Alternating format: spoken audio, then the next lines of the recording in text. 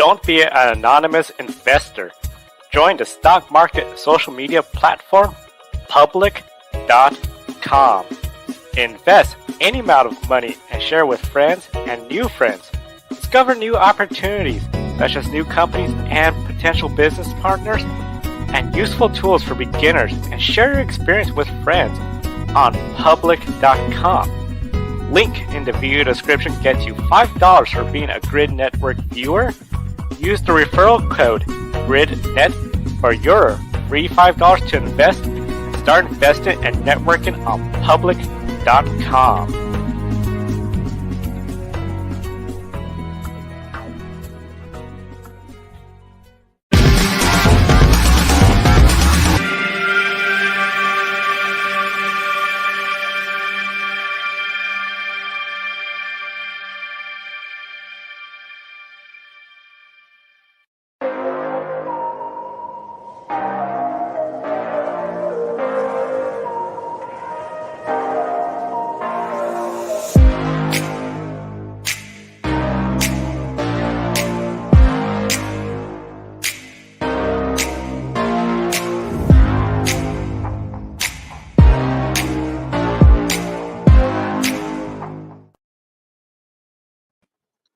Hello, everyone, and welcome to Women in Motorsports. I'm Kobe Lambert from the Podium Finish, filling in for Joe Samniego this week. With me is regular co-host Daniel Zay from Races, the girls behind the helmet.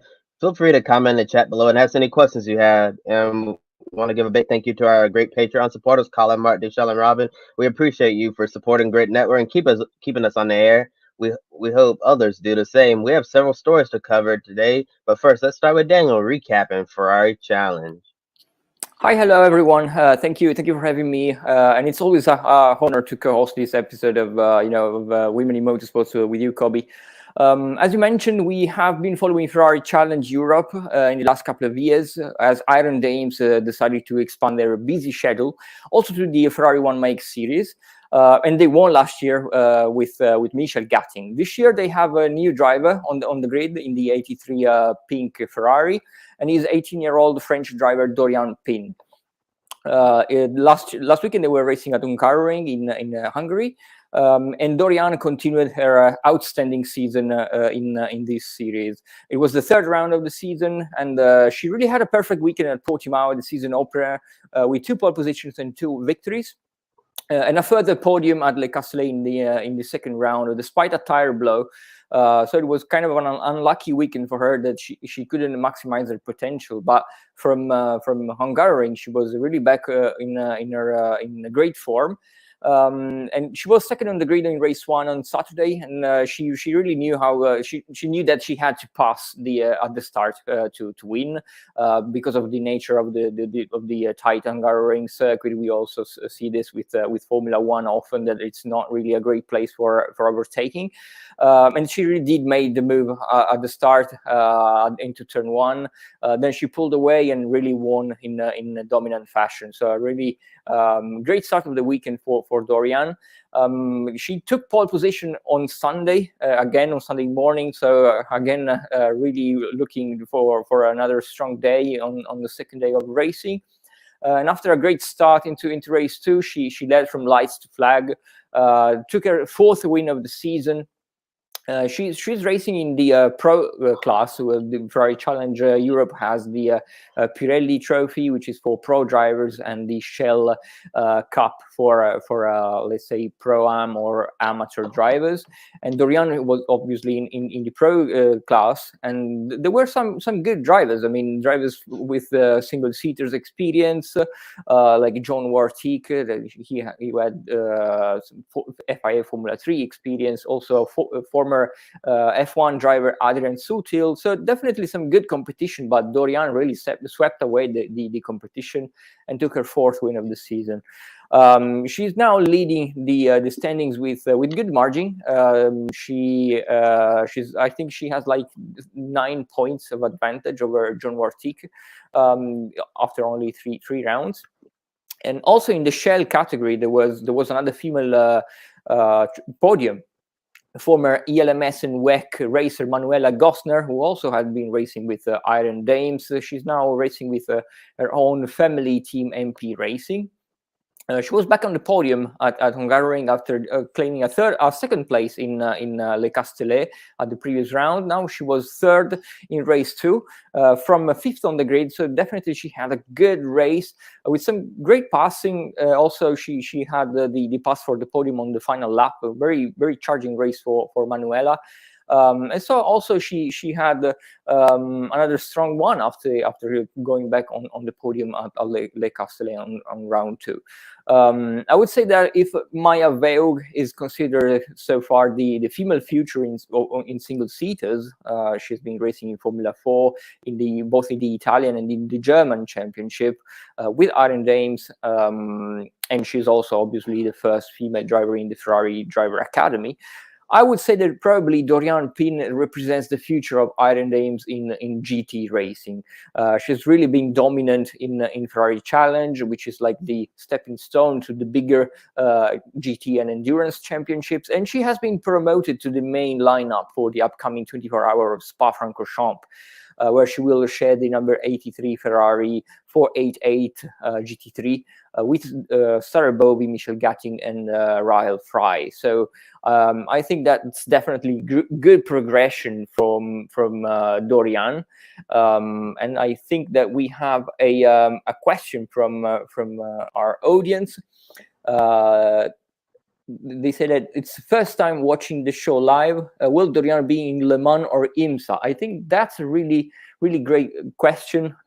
Being French, I think Doriane really has her eyes set on Le Mans. Iron Dames so far haven't been racing in IMSA or in the US specifically, but it would be interesting for them. They have been expanding their program quite significantly in the last years.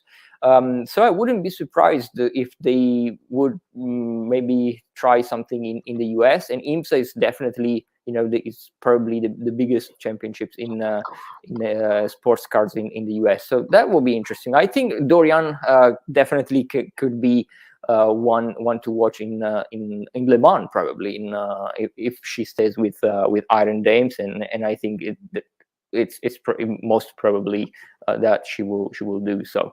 But also speaking of the US, we had some great racing in the NASCAR scene last weekend. So I will go back to you, Kobe, for the NASCAR recap of last weekend. Yeah, we actually didn't have much NASCAR last weekend. We just had the NASCAR Camping World Truck Series, and their race was the Clean Harbors 150. It was the only national series running last weekend, with Xfinity and Cup getting an off weekend. The trucks race at the historic Knoxville Raceway dirt track in Iowa, the second year this venue has hosted the truck series after last year's race was a complete disaster. The on-track product was much better this time around, and this time we had two female racers in the race. First with Jessica Friesen in a number 62 Toyota, driving alongside her husband Stuart Friesen. Jessica started 19th with a solid qualifying performance, but she found trouble, which has been circulating all over the internet. While Fox Sports totally missed this incident on camera, and if you want to know more about what Fox Sports did or what they didn't do, I encourage you to go back and watch Ben Snyder and Brandon Carlson's Grit Live Encore show on Monday night, because they really hit the nail on the coffin and touched on all the issues with that Fox Sports broadcast. And luckily, we had people at the track who were filming to get footage of Jessica flipping over. She hit the inside berm, and the truck rolled over and landed on all four wheels. So Fox Sports totally missed her truck flipping, and otherwise people wouldn't have known unless it was for people at the track who were actually filming the incident. So unfortunately, Jessica wasn't able to finish the race, obviously, and she ended her night in 34th place. But Hailie Deegan, she's still looking to build some positive momentum and started off strong with a solid 8th place qualifying effort, including winning her heat race. Hailie ended up finishing on the lead lap and came home in 15th place. There were a total of 9 cautions in this event, and 31 out of the 36 trucks were still running at the end, and we only have 3 races left until the NASCAR Camping World Truck Series playoffs. Nashville, Mid-Ohio, and then the final race of the regular season is at Pocono. And based on those 3 races, I think the best chance Hailie Deegan has of potentially scoring a win is it's probably going to be at Mid-Ohio, because he's a solid road course racer, had an excellent qualifying effort. At Sonoma, they unfortunately crashed out at that event, but it's certainly going to be an uphill battle for Deegan with just 3 races remaining. Yeah, but certainly it seems like one of her strengths in NASCAR, certainly the dirt, as we saw last weekend at Knoxville, and also the road course. She's a real solid road course racer, so I'm sure she certainly has Mid Ohio circled on her calendar. And also we had another victory. We reported from Ferrari Challenge in Hungaroring, but also we had another female victory in Austria with the ADAC TCR Championship, which is the national touring car championship of Germany. We have Jessica Bachmann racing in this championship this year. She comes off of a quite challenging season in WTCR, the World Cup for touring cars. Now she is contesting the full German National Series. Also, she was racing with her brother Andreas until last year. Andreas is now racing in the STCC, in the Scandinavian Touring Car Championship, while Jessica made her switch to the ADAC Germany series. Jessica took her first ever victory in TCR at the season opener this year at Oschersleben, and then added 2 more wins at the second round at Red Bull Ring in Austria, really scoring a perfect weekend. Last weekend, they were racing at Salzburg Ring, which is another Austrian smaller track, very fast and all there's uphill and downhill, really cool track, even though it's not much used for bigger championships. And she had really to do some extra work this weekend to stand back on the top step of the podium, because she was off to a bumpy start when she had engine issues in practice, and she had to sit out altogether the second practice session. So quite not a great start for her weekend, and it wasn't even immediately clear if her car would have been ready for qualifying on Saturday morning. She did eventually start qualifying, but having changed the engine, she had to start from the back of the grid in race 1. She had a charging race and made it back from the back of the pack to P5 on Saturday to cross the finish line in the 5th place. So really great race for Jessica, even though it wasn't quite the podium that she was expecting. But she turned around her weekend on Sunday when she took the pole position, which was actually her first pole position of the season. In the morning of Sunday, and then she was back to her dominant performance that we've seen previously from her in race 2. She claimed her 4th win of the season out of 6 races, going from really dominating all the race. Unfortunately, even though she has won 4 races out of the 6 this year, she's not leading the championship yet, because in this championship they also award points from qualifying. So curiously, she had such a dominant pace in the races, but she only had 1 pole position to her name. So she's now 2nd in the championship, but 4 points behind the series leader. So I think at the next race, which will be in August after the summer break at the Nürburgring, she really has the potential to be back on the top step of the podium and potentially to score another race win. So I think we have some more questions from the audience. Well, there was something about the Hailie Deegan, so I would leave Kobe to answer that one. Yeah, we have a question about Hailie Deegan. I also wanted to acknowledge the comment from a Dan in the live saying he think you have a sweet studio set up, Daniel, with the TV dual screen with all of the drinks. And getting back to the question you asked, you want to know, is Hailie Deegan in a 3-year contract with the current team? Well, I'm not sure the details of Hailie Deegan's contract there in the live, but all we know is that it's a multi-year deal nowadays. Teams don't really tell you the length of the contract, and I think the biggest question is how patient will forward performance be with Hailie Deegan. She's still a young driver. I believe she's about to just turn 21 years old soon. So yeah. So and plus this is her 2nd season in the NASCAR Camping World Truck Series. But I think a lot of people really expecting more from Deegan, especially when you see the number 17 truck that David Gilliland Racing enters the team that she drives for, where we usually see Ryan Preece running extremely well in that in that truck, and then Todd Gilliland drops in on a one-off in the same type of equipment that Hailie Deegan has and goes out there and wins the race. I certainly think moving forward, there's going to be a lot of pressure on Deegan to perform. But the thing that we're all going to be watching for is how patient is Ford going to be with her. Are they going to give her 3 or 4 years to try to show some improvement, or are they gonna think it's a lost cause and they're just gonna give up on her? Yeah, so we're certainly gonna be following Hailie Deegan and the future of her NASCAR career. And you also added that the Fox coverage was brutal, as Ben and Brandon said. Yeah, it was certainly super brutal. And then we have Ben there in the chat room saying you still can't believe that Fox missed Jessica's flip entirely. Yeah, I still can't believe it myself.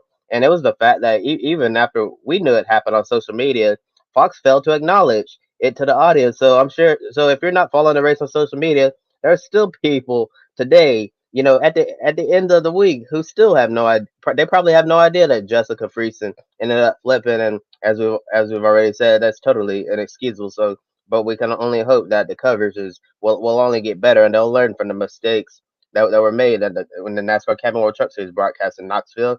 And we talked about trucks, and now we're going to move on to the ARCA Menard Series, who visited Berlin Raceway for the Zenzer Smart Coat 200, a 200 lap race around the 0.438 mile paved oval with 17 drivers in it.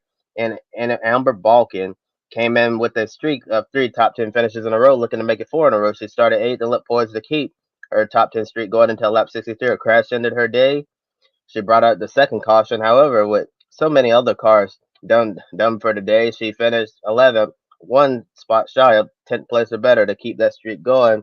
And for Tony Breidinger, she's hopeful that her result at Berlin is the start of a top 10 streak like Amber. Tony qualified 10th and after, so finishing 11th and 12th in the last 3 rounds, she got her first top 10 finish, 9th place for her, and then number 25, Venturini Motorsports Toyota. She completed 194 out of 200 laps. She moves to 4th in the ARCA Menards point standings ahead of Amber Balkin and fifth. Balkin is only 6 points behind, and another driver who was in this race is 38-year-old Rita Thomason.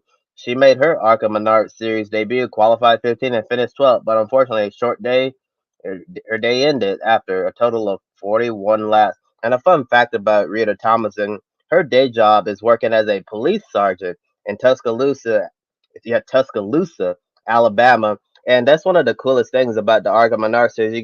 You have all these fun stories of people doing other things for their day job while racing is one of their extracurriculars. So it was really cool reading about Rita's journey to get to this point in her racing career, working as a police sergeant. Yeah.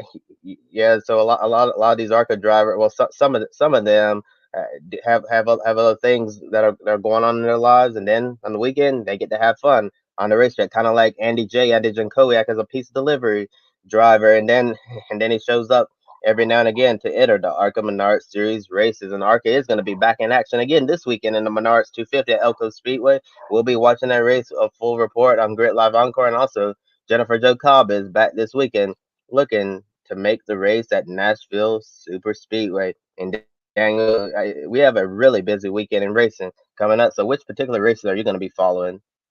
Oh, as you said, very, very busy weekend coming up. Not probably a race event, but we do have in Britain the Goodwood Festival of Speed with a lot of female drivers going up there. It's really a big festival with, I'm sure you all know about this event. We have Iron Dames having their first go at the hill climb.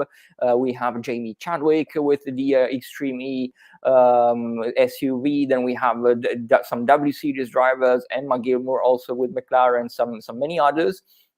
But speaking of racing events, we have the Formula 4 US Championship at Mid Ohio with 2 female drivers. One is Maite Cáceres from Uruguay. I had the pleasure to meet her at Le Mans 2 weeks ago. She's really super nice, and really hopefully she can improve her best result, which is so far a 12th place. Also, we have the American Madison Houst, who also was in the W Series selections in Arizona earlier this year. Then we have IMSA at Watkins Glen, a big weekend at Watkins Glen, to be fair. The return of Hardpoint Racing and Catherine Legg in the GTD category. Then also, of course, at Watkins Glen, we have the Michelin Pilot Challenge with Taylor Hagler in the TCR category and Sheena Monk in the GT4 and GS classes. Lamborghini Super Trofeo North America, also at Watkins Glen with Ashton Harrison. Ashton, who was racing last weekend in the GT World Challenge America, and didn't have such a lucky weekend. So she's trying to bounce back after the bad luck from last week at VAR. Then we have also Charlie Martin in Lamborghini Super Trofeo. Mazda MX-5 Cup with Laura Hayes.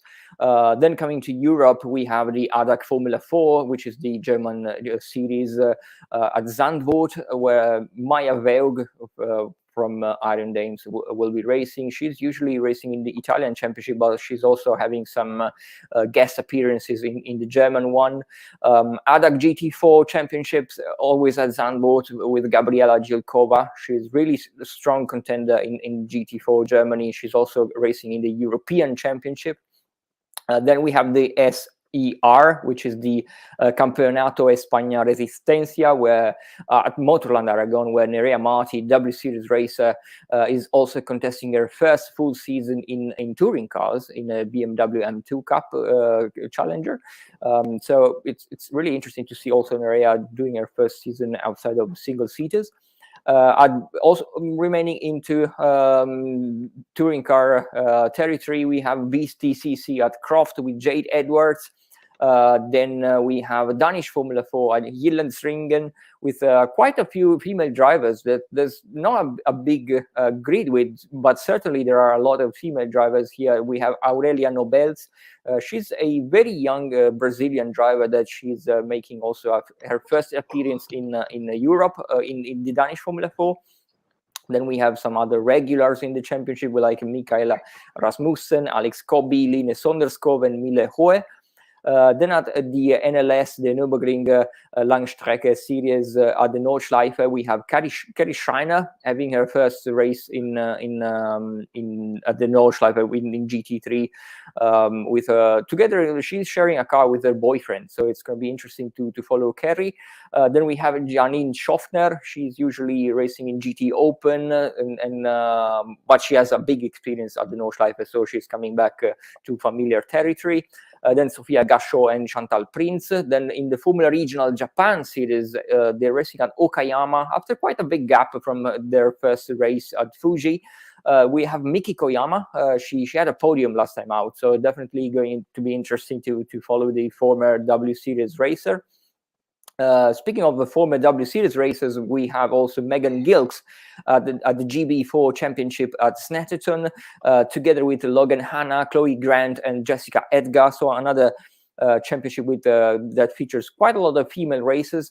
We had a female victory last time out with Megan winning, so it's a championship that we follow closely. And as we mentioned, Kobe, we have a NASCAR track at Nashville with Hailie Deegan and the return of Jennifer Jo Cobb. NASCAR Xfinity also at Nashville with Natalie Decker making her return, hopefully to the series. Arca Menards at Elko Speedway with Tony Breidinger and Amber Balken, and then also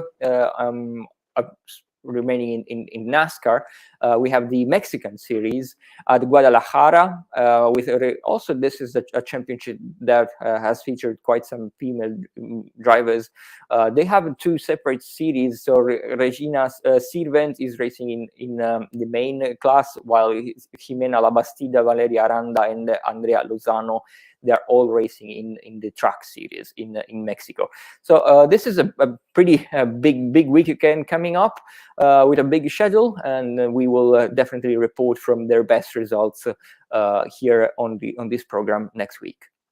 Yeah, before we end our program, Daniel, I have a question for you in the chat room from my day in the life, and he wants you to explain what is Extreme E again.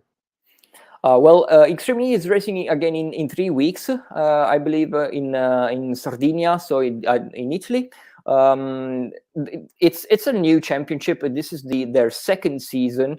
We will be following Extreme E. It's the first all electric SUV off-road championship, and it's particularly interesting for us because for the first time, this is a championship that features two drivers, one male and one female driver. So it's the first championship to really reach a 50-50 gender balance, really.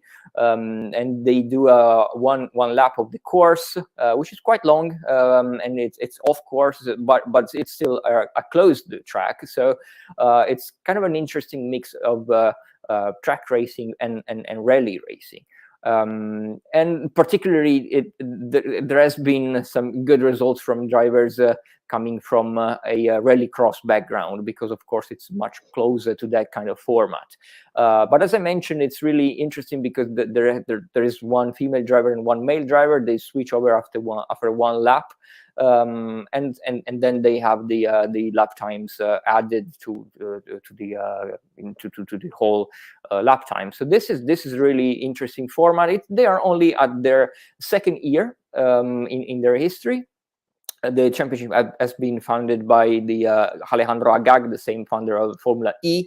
So there's a big potential from this championship as well, and there are some big names in among the manufacturers and also the drivers. We've seen Jamie Chadwick, for example, racing last year with Veloce. She's no more racing in Extreme E this year, but there are some really cool drivers like Michaela Olin-Kotulinski, for example, or Christina Gutierrez, Laia Sanz, Katie Munnings, a lot of really cool drivers. And in 3 weeks' time, we will be reporting from their island X-Prix in Sardinia. Yeah, and have another question in the chat room from a day in the life. This is NASCAR related. It's saying it's Jennifer Jo Cobb still with Busch Beer, and that's a really good question. A day in the life. To be honest, I don't know. I'm not sure if a lot of people really know what's going on with the Busch Beer initiative. As we all remember, Busch Beer said that they were going to support female drivers and stock car racing, but since that initial announcements happened, we haven't heard a single peep from Busch Beer about this. So I have no idea what's going on with this program. I have no idea if it's still a thing. So if anybody out there knows anything about Busch Beer, please let us know. I'm pretty sure even other people in motorsports media have no idea what's the issue with Busch Beer. But I think our worst fear is that this was just a marketing tactic, and that they had no serious intentions of seriously supporting women who are trying to make it in NASCAR stock car racing. So I really don't know what the deal is with Busch Beer a day in the life. Wish I had more information to tell you, but as you were saying, Daniel, there's certainly a lot of races we're going to be following this weekend. And as you mentioned, Ashton Harrison and GT World Challenge America last weekend at Virginia National Raceway. I was covering that race for the podium finish. I actually live like 45 to 50 minutes away from VIR. And that was a really heartbreaking defeat for Ashton in the race two, the final race of the doubleheader weekend at VIR. When it was within the final 10 minutes, Ashton was leading the pro-am class. It looked like she was going to take the checker flag and win pro-am, but unfortunately, within those final 10 minutes, she made a mistake, got up on the curve, unsettled the car, got in the grass, and she looped it around right before entering the front stretch. And Ashton said on Twitter, it was a tough pill to swallow for her to be that close to getting victory and then throwing it away right there at the last moment. I'm sure when GT World Challenge America returns, I believe it's going to be at Watkins Glen International, the next race for that series. She's try to put that behind her and try to get redemption and get a pro-am class victory. And this weekend I'm gonna be covering the sailing 6 hours of the Glen, so definitely gonna be paying attention to Catherine Legg and Hartpoint in the GTD category, and then the NASCAR as well. Hailie Deegan's gonna try to put together some good runs to end her 2022 season. And I know it's really crazy we're already talking about ending the 2022 season, because we really don't have many NASCAR Camping World Truck Series races left, because the playoffs are actually going to be starting next month, which is really crazy. And that's another issue for another day that NASCAR probably needs to address. That why are we starting the Truck Series playoffs? This still when the other playoffs for Xfinity and Cup begin in towards the fall time. But Hailie, she's certainly going to try to build some momentum and get some good finishes in this year on a positive note. Didn't mention the return of Jennifer Jo Cobb. It's been a while since we've seen Jennifer. She's gonna try to qualify on speed. It's gonna be real tough because we have a large field for Nashville. Yes, and so definitely gonna be an uphill climb for Jennifer Jo Cobb to make the field. And Natalie Decker is gonna try to make the Xfinity race at Nashville, but luckily she's in the number 66 NBM car. So and that car has shown some speed in recent races. So maybe Natalie will be able to put down a good qualifying lap and get it in the show, and potentially maybe have to fall back on owners points or something. And Tony Breidinger, Amber Balkan, Elko Speedway gonna look to try to. Tony's gonna try to look and get another solid, try to get a solid finish there, and Amber's gonna try to bounce back from retiring from the last race. And you mentioned Daniel NASCAR Mexico at Guadalajara. A lot of us in America are familiar with Regina Sirvent. She's spent some time getting some experience on the short tracks here in North Carolina, especially Hickory Motor Speedway. Regina's been racing with Rev Racing here. So we've really gotten to know her well here, and as she's trying to progress up the NASCAR ladder and try to have a great career over here. So certainly a lot to follow this weekend for women in motorsports. And with that said, unfortunately, we're out of time for today. I want to remind all our viewers to please be sure to like and subscribe to GRIDnet. We're on YouTube. You can follow us on Facebook, Twitter, Instagram, and TikTok. We encourage you to take 5 minutes after our show and consider joining our Patreon. Invest in GRIDnet to keep us on the air well into the future. I want to give a big shout out to our Patreon supporters, Colin, Mark, Deshaun, and Robin. Thank you so much for investing in us. We greatly appreciate it, and all that we do here at Grid Network would not be possible without your wonderful support. Do you want to buy me a coffee? Click the link in the video description below, and you can buy a drink for your favorite on-air talent here at Grid Network. I also want to give a big thank you to Edward Hunter from Formula E Zone, Amber and Zachary for buying us one. We really appreciate it, and any amount will help us continue growing our motorsports media outlet. And got a comment there from Dan the Life saying it's good to see a dedicated show on female drivers and doing a better job recognizing them. And I really appreciate that, Dan the Life. We're really proud of the Women in Motorsports program we have here at Grid Network. We're gonna continue covering female racers and motorsports well into the future. And also be sure to visit Public.com, also known as the stock market social media home. The link below in referral code gives you $5 to invest immediately. That referral code is GRIDnet. Public.com allows you to connect with your friends. You can make new friends and use tools to learn how to properly invest in the stock market. And looking at our schedule, on Saturday we'll be on the air again for Grid Live pre-race at noon Eastern, and Sunday morning a special IMSA pre-race show for the Sailing 6 Hours of the Glen. I'll be myself and Adam Lemeries from Grid Tonight co-hosting that. Then we're going to have Grid Live wrap-up shortly after the NASCAR Cup Series race at Nashville Super Speedway on Sunday night. It's going to be late Sunday night because the NASCAR Cup Series race doesn't go green until after 5 p.m. Eastern, and it's certainly going to be a hot one as well in Nashville. So the drivers are going to be battling the heat. Heat index is going to be crazy. I believe it's going to be over 100 degrees. So the drivers will certainly need to be hydrated when they're going to the Music City. For Daniel Zuri from Racers, the girls behind the helmet, I'm Kobe Lambert from the Podium Finish. Thank you for watching, and we'll see you next time. Don't be an anonymous investor. Join the stock market social media platform, Public.com. Invest any amount of money and share with friends and new friends.